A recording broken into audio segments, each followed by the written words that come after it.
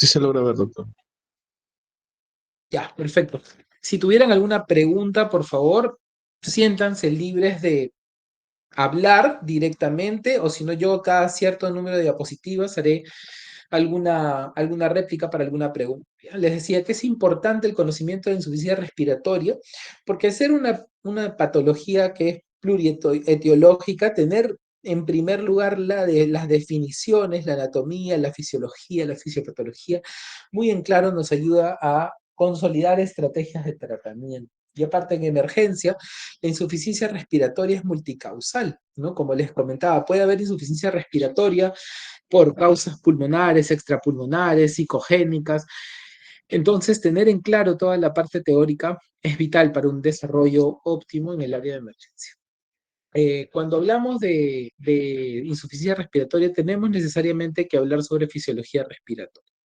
Y cuando hablamos de fisiología respiratoria, tenemos que hablar de cuatro grandes etapas de toda la fisiología respiratoria. Y la primera es la ventilación. Y cuando hablamos de la ventilación pulmonar, es, a diferencia de lo que es la respiración o la hematosis, nos referimos solamente a este proceso donde se busca como parte de esta función de ingreso del gas atmosférico hasta los alvéolos y la exhalación del mismo. Entonces, cuando hablamos de ventilación pulmonar, nos estamos refiriendo exclusivamente a la movilización del gas atmosférico desde el exterior hasta el interior de los alvéolos y posterior exhalación del mismo, ¿no? Cuando hablamos de difusión, ahí estamos refiriéndonos al proceso por el cual se hace la hematosis, el transporte de los gases, principalmente el oxígeno y el CO2, de los alvéolos a la sangre y viceversa, ¿no? Cuando hablamos de la función de transporte, nos estamos refiriendo a cómo la función de cómo estos gases que están disueltos son transportados desde el alvéolo y la sangre y cómo se van al resto de los tejidos del cuerpo. Y por último, tocaremos brevemente cuáles son los mecanismos regulatorios de la respiración. Entonces, no se olviden de que nuestra mecánica ventilatoria parte de un sistema de fuelle, un sistema que es como funciona como una bomba, que es la caja torácica. ¿Ya? Ustedes saben de que normalmente la respiración es un proceso a presión negativa. ¿Ya? ¿Qué quiere decir esto? Existen muchas teorías que hablan sobre las gradientes, las diferencias de presiones, la ley de Dalton, la ley de Henry, que nos explica toda la fisiología respiratoria. Pero quizás lo más básico es que la caja torácica es la bomba que nos va a permitir la movilización de estos gases, ¿no? Que el órgano principal de intercambio, ¿no? A través de su membrana alveolo-capilar, es el pulmón. Y por otro lado, que el sistema principal de transporte es la hemoglobina que se encuentra dentro de los eritrocitos, ¿no? Esto es algo básico, es algo que ustedes ya lo conocen, ¿no? Y por el principal representante del sistema regulador viene a ser el grupo respiratorio tanto dorsal como ventral que se encuentran dentro del tronco encefálico, ¿ya? El sistema que va a generar este marcapaso respiratorio, ¿no?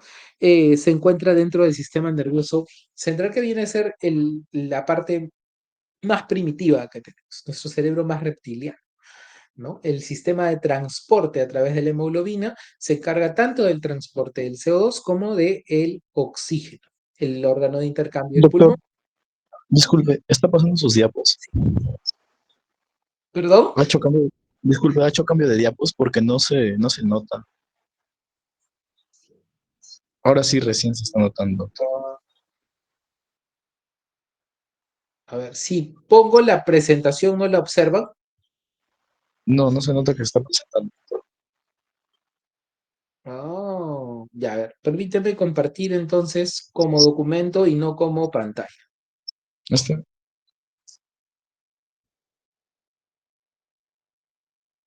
A ver, me avisan si es que ahí logran ver el cambio de diapositivas. Ahora no, sí, doctor. No se evidencia el cambio de diapositiva. Y ya, permíteme un segundo. si proyecta toda su pantalla, Eso es lo que tal vez quería, podrá. pero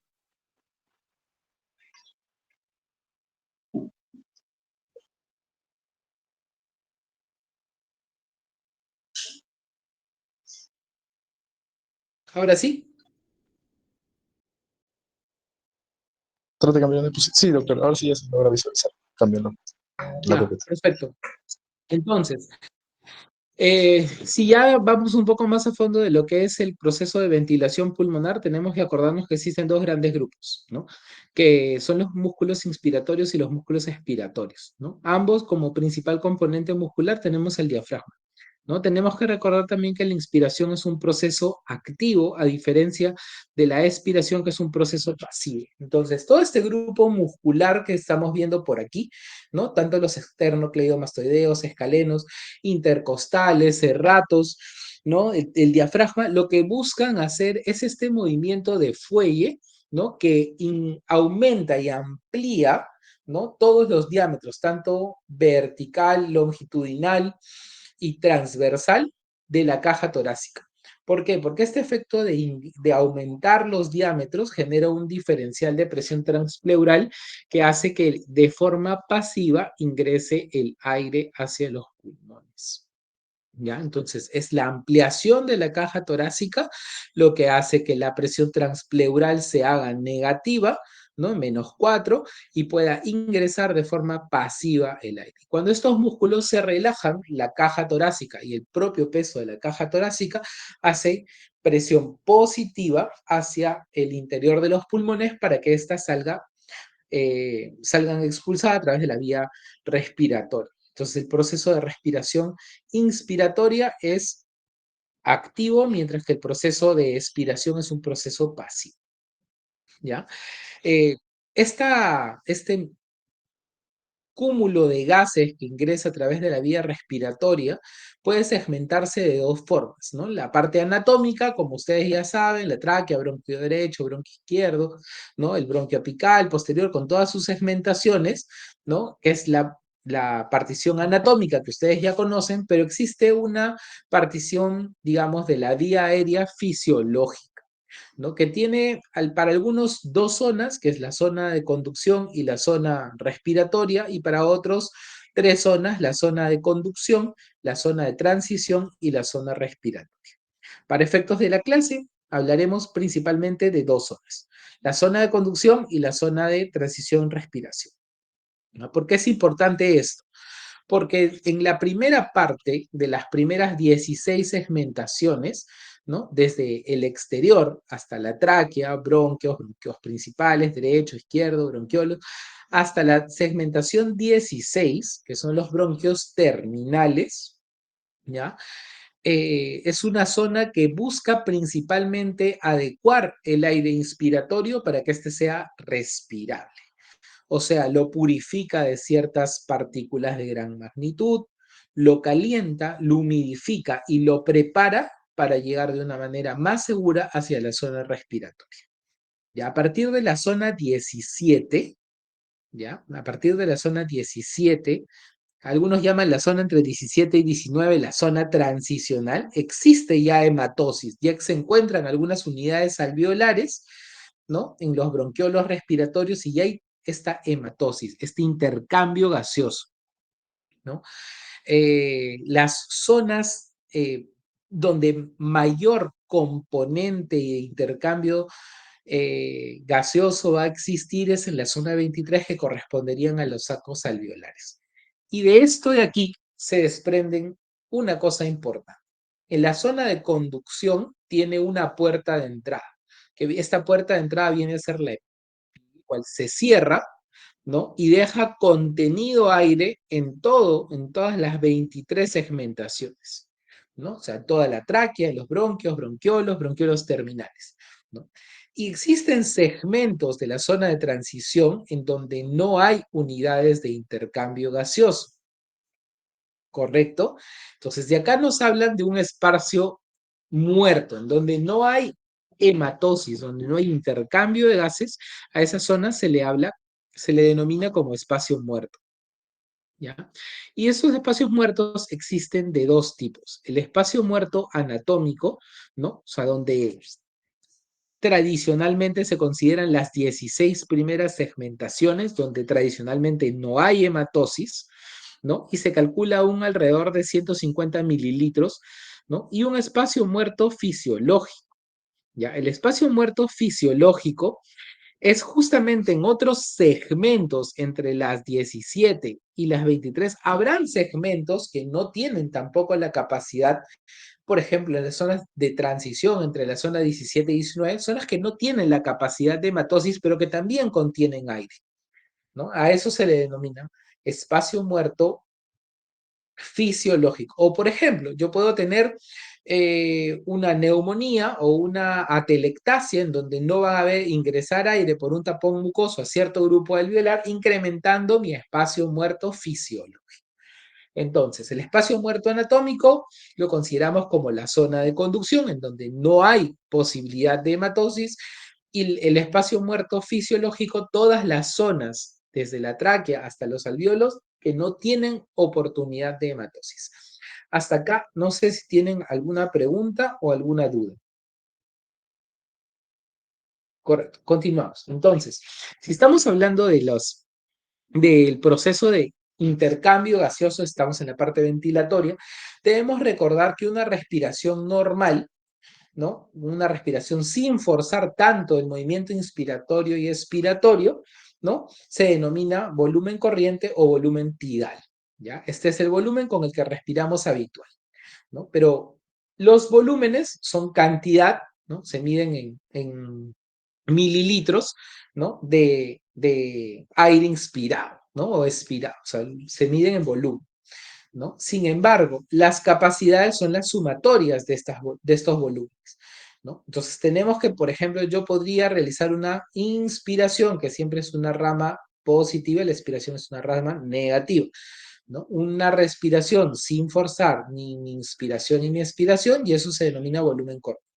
Cuando yo fuerzo al máximo mi respiración, ¿no? Una inspiración forzada máxima, ¿no?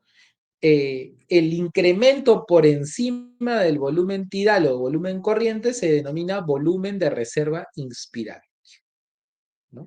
Todo lo contrario, todo lo que yo expiro voluntariamente en una expiración forzada, que es lo que vemos en este valle de aquí, en el segundo valle, ¿no? Se denomina volumen de reserva expirada. Yo les dije, la suma de volúmenes se llaman capacidad. Entonces, si yo sumo el volumen de reserva inspiratorio con mi volumen corriente, obtengo la capacidad inspiratoria, ¿no? Y si yo a eso le agrego la sumatoria del volumen de reserva expiratorio, se llama capacidad vital, ¿no? Sin embargo, siempre que yo hago una expiración forzada, ¿no? Así yo trate de expirar todo el aire contenido en el pulmón, siempre hay un volumen que queda que no puede eliminarse porque esto generaría colapso del pulmón, y al haber colapso, un nuevo ciclo respiratorio sería mucho mayor dificultoso a pesar de la sustancia surfactante que tenemos conocida, ¿no? Ese volumen, que es un volumen que permite, ¿no?, un intercambio continuo, ¿no? Permite que, a pesar que yo haga una apnea forzada durante mucho tiempo, no existan cambios en mi oxigenación, mi pH, ¿no? Por la falta de oxígeno y por la retención de CO2, se denomina volumen residual, volumen que no puedo movilizar a pesar de una expiración forzada. Si yo el volumen residual lo sumo al volumen de reserva expiratorio, tengo mi capacidad residual funcional, ¿no? Y si yo sumo todos los volúmenes anteriormente dichos, mi capacidad residual funcional, mi volumen corriente, ¿no?, y mi volumen de reserva inspiratorio, tengo mi capacidad pulmonar total, ¿ya? ¿Por qué es importante eso? Porque hay patologías que nos pueden alterar ciertas capacidades, y por otro lado, recordar que este volumen residual ya tiene un espacio que es muy importante, que vamos a ver acá, ¿no? Este volumen residual ya tiene un volumen que se llama capacidad de cierre, a pesar de que no es una capacidad porque no es sumatoria de volúmenes, ¿ya? A esta línea roja, ¿ya?, se denomina capacidad de cierre. ¿Y por qué es importante la capacidad de cierre? Porque cuando hablamos de insuficiencias respiratorias, ¿no? Ustedes bien saben que fisiológicamente pueden ser oxigenatorias, pueden ser hipercápnicas y existe una tercera que es la perioperatoria. Entonces, justamente esta capacidad de cierre, que es el límite por debajo del cual se empieza a generar el cierre de la vía aérea de menos calibre, de menos de 2 milímetros de calibre, ¿no? Es la causante de nuestra característica insuficiencia respiratoria perioperatoria o tipo 3. ¿Ya? Se encuentra contenida dentro del volumen residual. Esta va aumentando hasta interferir con el volumen tidal y generar la clásica insuficiencia respiratoria. Entonces yo les había dicho de que nuestra caja torácica se expandía con esta zona muscular, ¿ya? Y al hacerse negativa la presión transpleural, ingresaba de forma pasiva el aire, ¿no? Y nosotros podemos ver en esta representación cómo existe a través de la vía aérea de conducción, ¿no? Toda una zona cartilaginosa que previene principalmente un colapso, ¿no? Estas vías respiratorias que contienen cartílago tienen una defensa frente al colapso de tipo natural, ¿ya? Sin embargo, conforme nos vamos de forma más distal, más segmentada la vía aérea, cuando salimos del bronquio terminal y empezamos ya a entrar al bronquio, la segmentación 20, 21, 22, 23, las zonas alveolares, ¿no? Se pierde, ¿no? Y se promulga el colapso y solamente es el volumen, ¿ya? Crítico de cierre el que permite que estas unidades alveolares no colapsen, ¿ya? ¿Y por qué es importante nuevamente? Porque esta y va en incremento hasta llevarnos el tidal y empezar a presentar insuficiencia respiratoria, ¿ya? Nuestra presión transpleural que les dije se hace negativa, ¿no? Lo que puede provocar el colapso. ¿Qué quiere decir que se hace negativa? Quiere decir de que hay una presión, ¿no? Constante de los gases. Y esto es lo que se denomina la ley de la fuerza cinética. El gas, ¿no? El gas como tal son partículas disueltas en el espacio, ¿no es cierto? O sea, los gases están rebotando uno con otro, tratando de hacer como este efecto Tyndall, ¿no? Que están en constante movimiento y temperatura, presión externa, pueden alterar su movimiento para mayor o para menor grado, ¿ya? Esto es un proceso que facilita la difusión, pero en estas vías aéreas de menos de 2 milímetros, ¿ya? Que carecen de este apoyo cartilaginoso, dependen solamente de su retracción elástica y del contenido del volumen aéreo para evitar su colapso. Entonces, la capacidad de cierre o volumen crítico de cierre es la línea que les mostré por esta línea que por debajo de la cual empieza a presentarse el fenómeno de la vía aérea. Quiere decir de que empieza el colapso de estas unidades alveolares o unidades respiratorias que tienen menos de 2 milímetros de espesor y que no tienen refuerzo cartilaginoso, ¿ya? Entonces recordemos que, como les había dicho, estas fuerzas dentro del pulmón están también contenidas, digamos, dentro de la caja torácica, pero las fuerzas gravitatorias, las fuerzas cinéticas siguen funcionando sobre ellas, ¿no? Y obviamente a más contacto con la línea basal hay mayor presión. Entonces, esto es importante después para recordar las zonas de West que ustedes ya conocen. Entonces, nuevamente les repito, el volumen crítico de cierre, ¿no? Nos va a expresar en volumen, en cuantía, cómo se comportan las vías aéreas de menos de 2 milímetros de calibre, ¿no? Otro concepto, y se los repito porque es un poco etéreo, es difícil de comprender, ¿no? Es el volumen de aire existente en los pulmones al momento en que se inicia el proceso de cierre progresivo de las vías aéreas dependientes.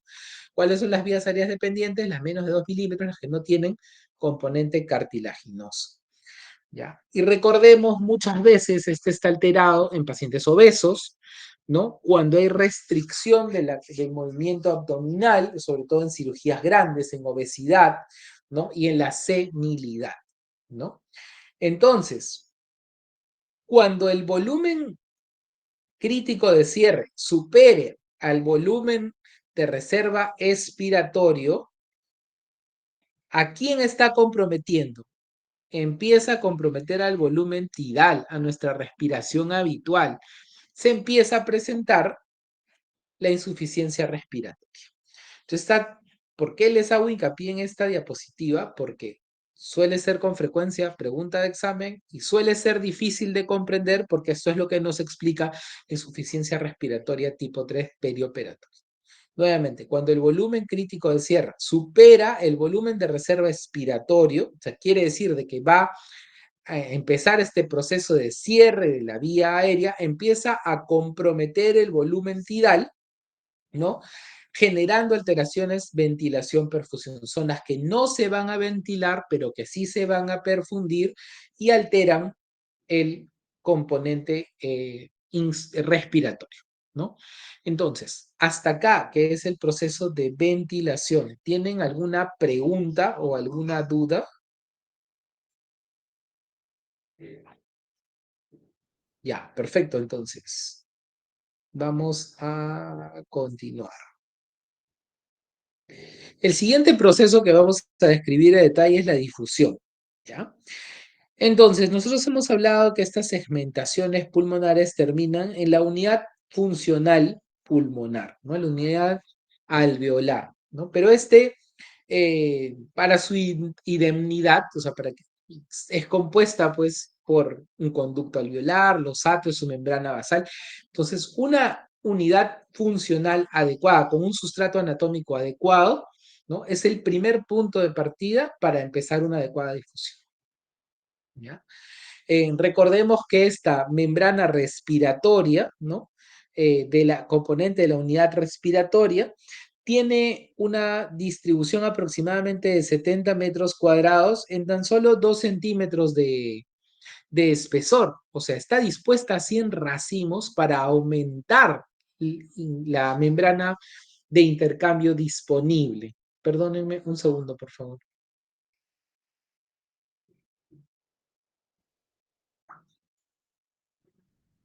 Bien. Entonces, incrementa esta disposición en racimos, lo que hace es incrementar la disponibilidad de la membrana respiratoria, ¿ya? Y acá están los componentes importantes que afectan la difusión de los gases, ¿ya? Que es el espesor de la membrana, el área de superficie, el coeficiente de difusión, las diferencias de presiones, la relación ventilación-perfusión y la concentración de gases en el alveolo, ¿ya? La patología intersticial, por ejemplo, incrementa el espesor de la membrana, ¿no? Todos estos componentes quizás los vamos a ver un poco más a detalle cuando hablemos la fórmula de difusión de Fick, ¿ya? El espesor de la membrana, mientras la membrana es más gruesa, esa fuerza cinética que tienen los gases, que es la que genera el movimiento, que hace que estas partículas, tanto CO2 o O2, golpeen contra la membrana y traten de pasar de un continente a otro, o sea, del continente respiratorio al continente vascular, ¿no? Un mayor espesor generaría mayor dificultad de traslado. El área de superficie, si yo tengo medio pulmón, ¿no? Neumonectonizado, por ejemplo, medio pulmón fuera, o con una neumonía externa extensa, ¿no? Disminuye el área de superficie, ¿no? El coeficiente de difusión es importante recordarlo en el contexto de que van a haber gases que son mucho más fáciles de difundir que otros, y esto hace que con menores gradientes hayan difusiones rápidas, ¿no? Hayan gran capacidad de difusión y también gran capacidad, como tiene, por ejemplo, el monóxido de carbono, de difundir también de forma activa a través de esta membrana, por ende también de generar puntos de daño. Por otro lado, vienen a ser las diferencias de presiones, porque la diferencia de presión de un lado a otro lado del gas, ¿no? De un lado del gas la diferencia de presión del gas de un lado a otro lado de la membrana, ¿no? Esas diferencias de presiones son las que nos van a generar las famosas gradientes de difusión. Quiere decir que si del lado alveolar yo tengo 200 de oxígeno y del lado respiratorio tengo 300, ambos espacios van a tener que equilibrarse a través de la membrana, por ende el 300 le prestará al 250 para que ambos queden 250.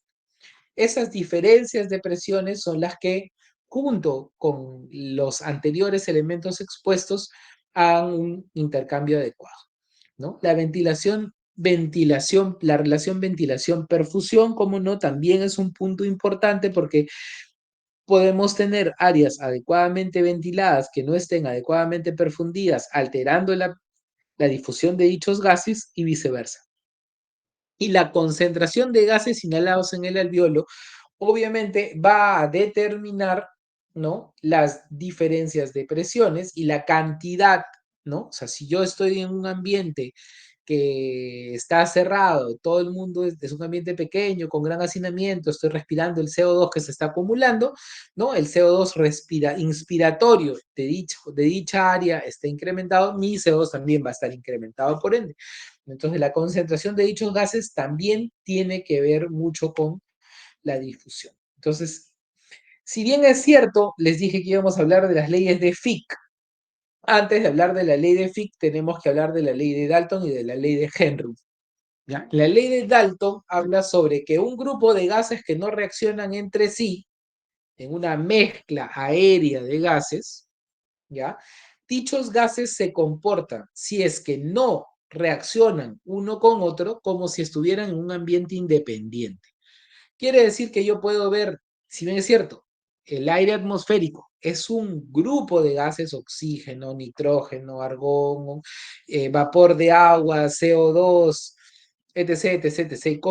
Cada uno tiene una presión y ejerce una presión atmosférica independiente, ya que estos no reaccionan entre sí, se podría considerar como que cada gas es independiente y autónomo. Si estos gases reaccionaran entre sí, ya no podríamos verlos como un factor independiente. ¿Ya? ¿Por qué es importante esto? Porque esto nos hace entender, ¿no?, que estos gases, al no reaccionar, sus presiones que se miden en la atmósfera son las presiones inspiratorias del área basal. Si en la atmósfera hay 760 milímetros de mercurio, porque hay 3.5 atmósferas de CO2, 8.3 atmósferas de vapor de agua, 7.2 atmósferas de argón, 585 de nitrógeno, 156 de O2, en ese aire contenido, mi presión atmosférica de oxígeno es 156. Eso se explica por la ley de Dalton. Y la ley de Henry, que es la que ahí estamos yendo por el lado respiratorio. Ahora vamos por el lado vascular, ¿no?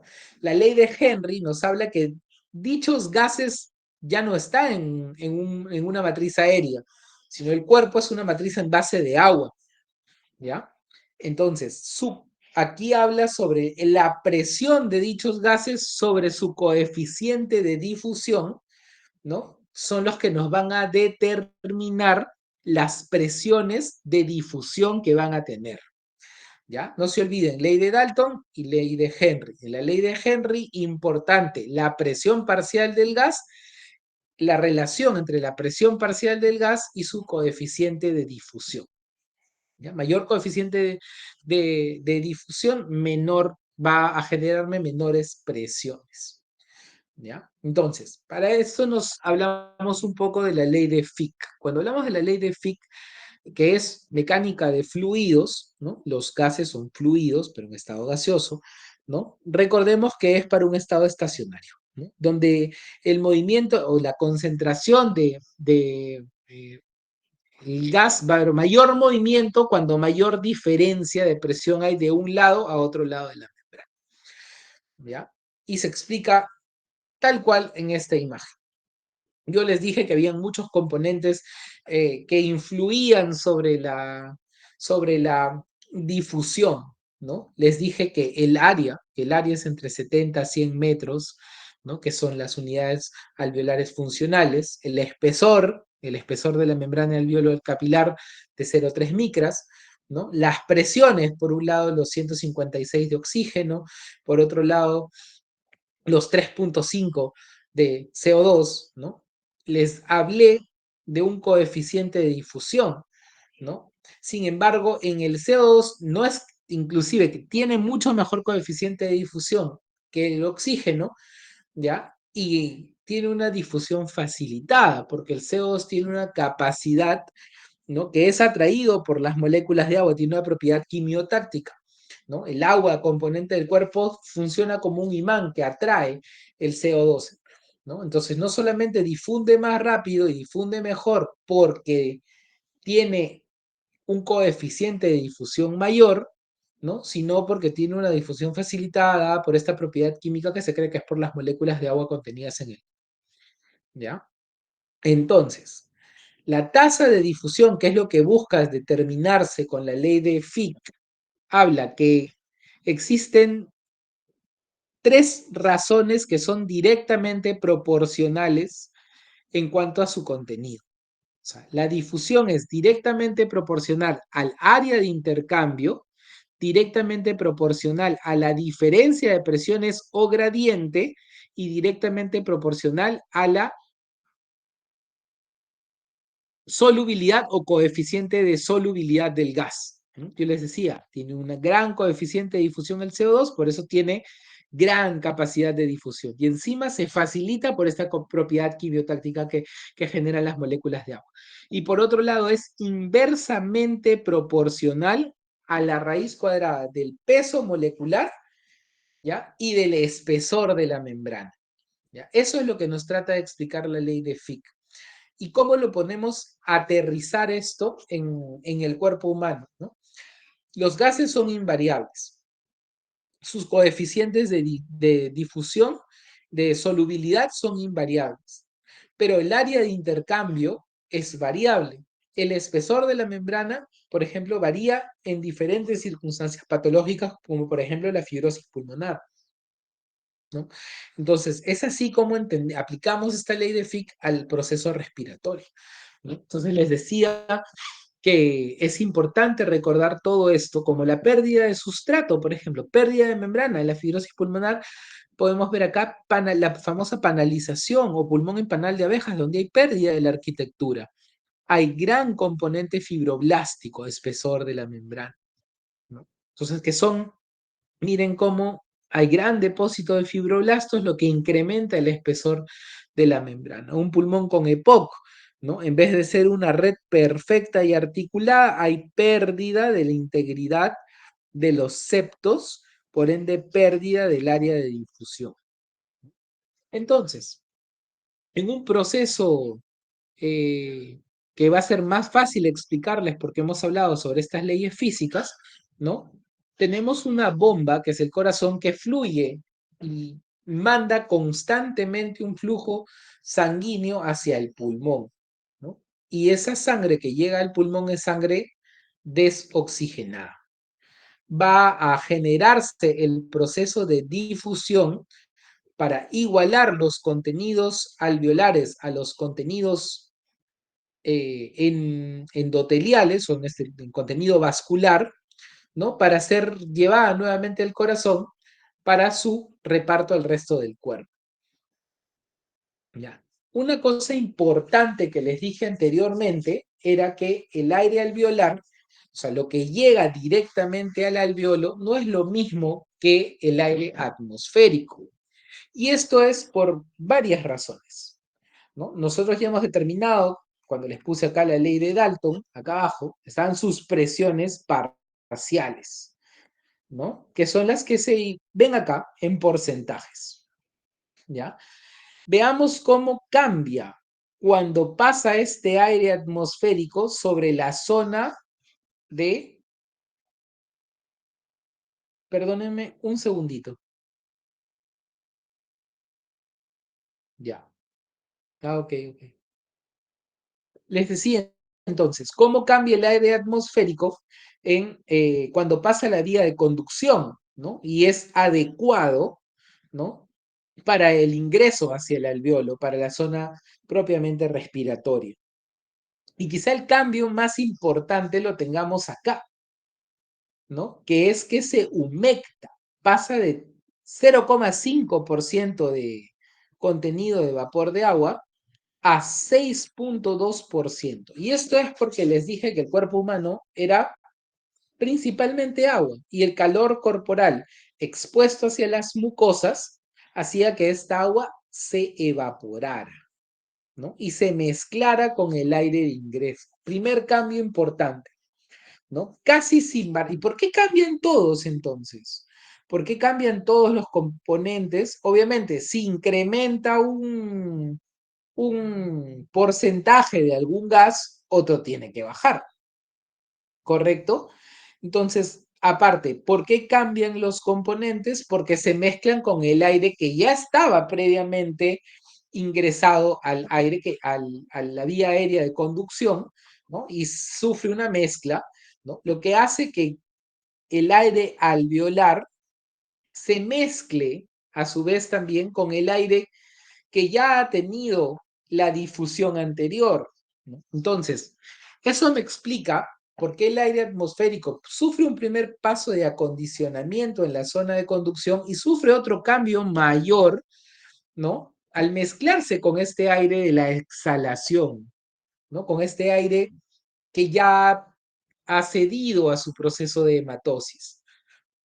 Entonces, este aire alveolar empieza a presentar grandes cambios. Y quizás los más importantes es que pasamos de un aire atmosférico que tiene 159, 156, casi un 20% de oxígeno, ¿no? A un aire alveolar que tiene 13% de oxígeno. ¿Y por qué? Porque se mezcla con el producto de tanto de cambios que tienen que ver con la vía aérea de conducción como la mezcla con el aire alveolar que ya ha tenido una hematosis previa. Entonces, el resultante importante es este. El aire que disponemos para el intercambio es el aire alveolar, ¿no? Y quédense con los dos valores más importantes, que es el oxígeno y el CO2, ¿no? 104 de oxígeno y 40 de CO2 como resultante para nuestra zona de impacto, ¿ya? Este cambio que vemos en el aire alveolar es porque el aire que está en el alveolo, que es expirado, contiene otras concentraciones de sangre después del producto de la hematosis. Otra cosa importante es que el aire no se cambia como podría uno pensar totalmente, no hay una restitución total del aire cuando yo estoy expirando, la restitución es parcial, ¿ya? Hay un volumen, ¿no? Que les decía que es el volumen residual, ¿no? Que no se expira, ¿no? Entonces ese aire que siempre se queda ahí, ¿no? Nos habla que hay una sustitución parcial del aire y que esta es lenta, ¿no? ¿Y por qué es importante eso? Porque una sustitución parcial me ayuda a que cuando yo haga apneas, ¿no? Pues mi contenido de oxígeno arterial no varíe, mi contenido de CO2 no incremente con gran facilidad, ¿no? Lo otro que tienen que acordarse es que el proceso de difusión es constante, se da en inspiración y en expiración, de día, de noche, funciona el corazón, en sístole o en diástole, da lo mismo, siempre hay difusión, siempre hay aire en el, en el alveolo y siempre hay difusión constante, tanto de CO2 como de O2. Entonces, yo les decía, este aire alveolar, ya sabemos de dónde sale estos 140, perdón, estos 104 y 40 milímetros de mercurio, se encuentra con la sangre venosa que tiene menor capacidad de oxígeno y mayor capacidad de CO2, ¿no? Lo que genera una óptima gradiente para su intercambio. Quiere decir que cuando la sangre pase a, a 40 que dichos componentes se van a igualar. Ambos van a igualarse como el proceso de la hematosis, ¿no? Pero no es el resultado final que tenemos en sangre, ¿no? Porque existen las venas bronquiales y las venas coronarias que son el shunt fisiológico. Entonces, si estas presiones se igualan, ¿no? En el proceso de la hematosis, nuestro resultado final de sangre arterial, sangre periférica, no es el mismo 104/40 por el shunt fisiológico que deviene de la vena bronquial y de las venas coronarias.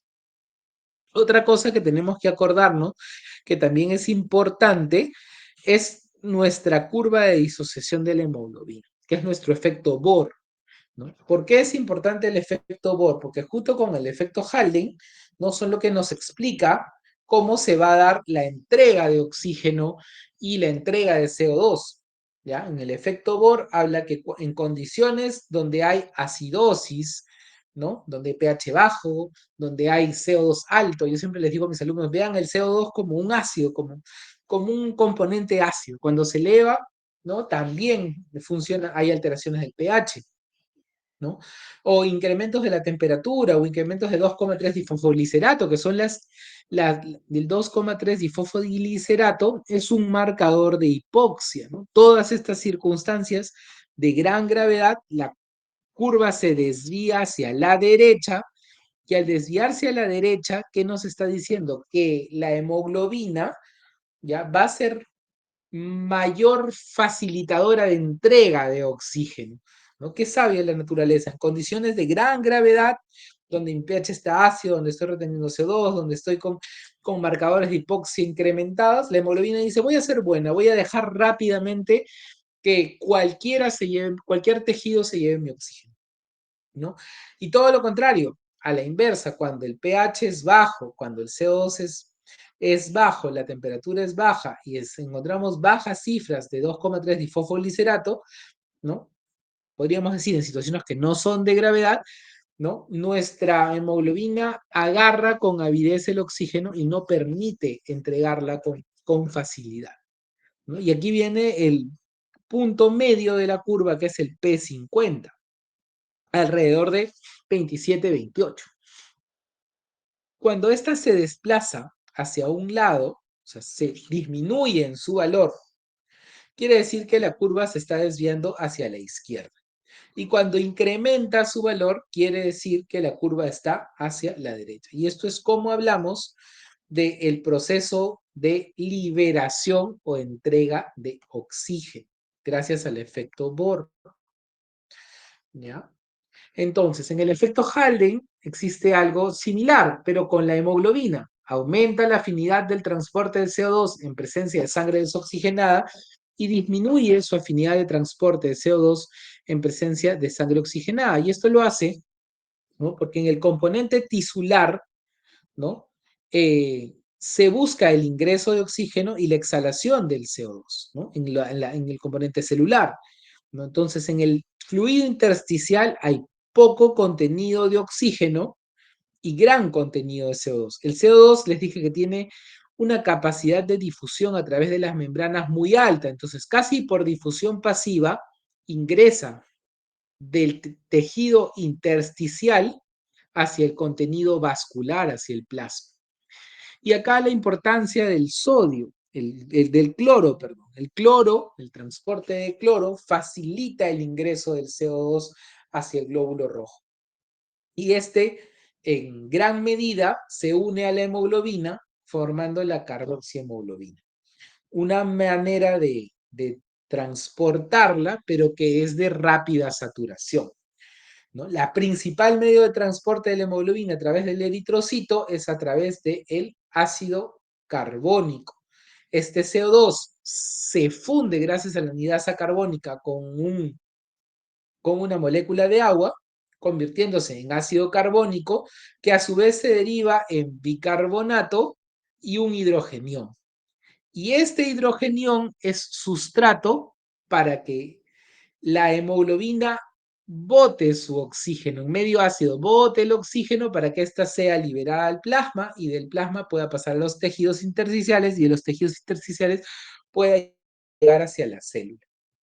Entonces, si hablamos del efecto Bohr, estamos hablando de del comportamiento de la hemoglobina y el oxígeno, y si hablamos del efecto Haldane, estamos hablando del comportamiento del CO2 en la hemoglobina, ¿no? Les dije que otro punto importante para la difusión, ¿no? Era la relación ventilación-perfusión. Es una cosa ya muy conocida por ustedes, ¿no?